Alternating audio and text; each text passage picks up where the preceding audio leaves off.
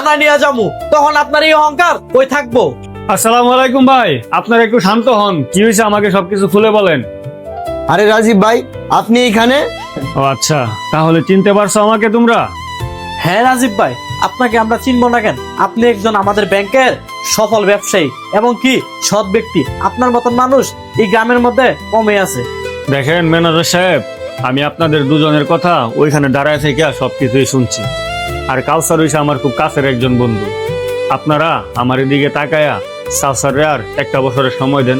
একটা বছরের ভিতরে কাউসার আপনাদের সমস্ত টাকা পরিশোধ করে দিবে।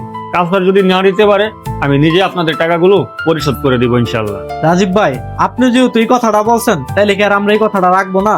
আপনি যেহেতু কাছাড়ার দায়িত্ব নিলেন, তাইলে তো এখানে আমাদের আর কোনো টেনশনই নেই। আসার সাহেব, রাজীব ভাইয়ের মতো এমন নীতিবান বন্ধু পাওয়া আপনার ভাগ্যের ব্যাপার।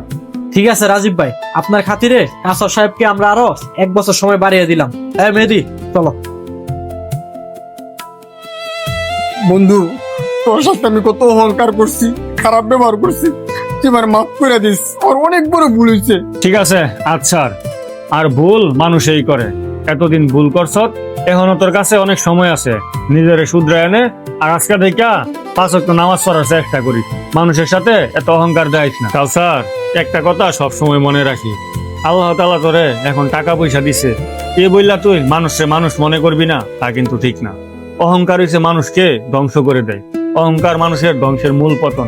একটা কথা আপনারা সবাই মনে রাখবেন, অহংকারকারীকে কিন্তু আল্লাহ তাআলা কখনোই পছন্দ করেন না।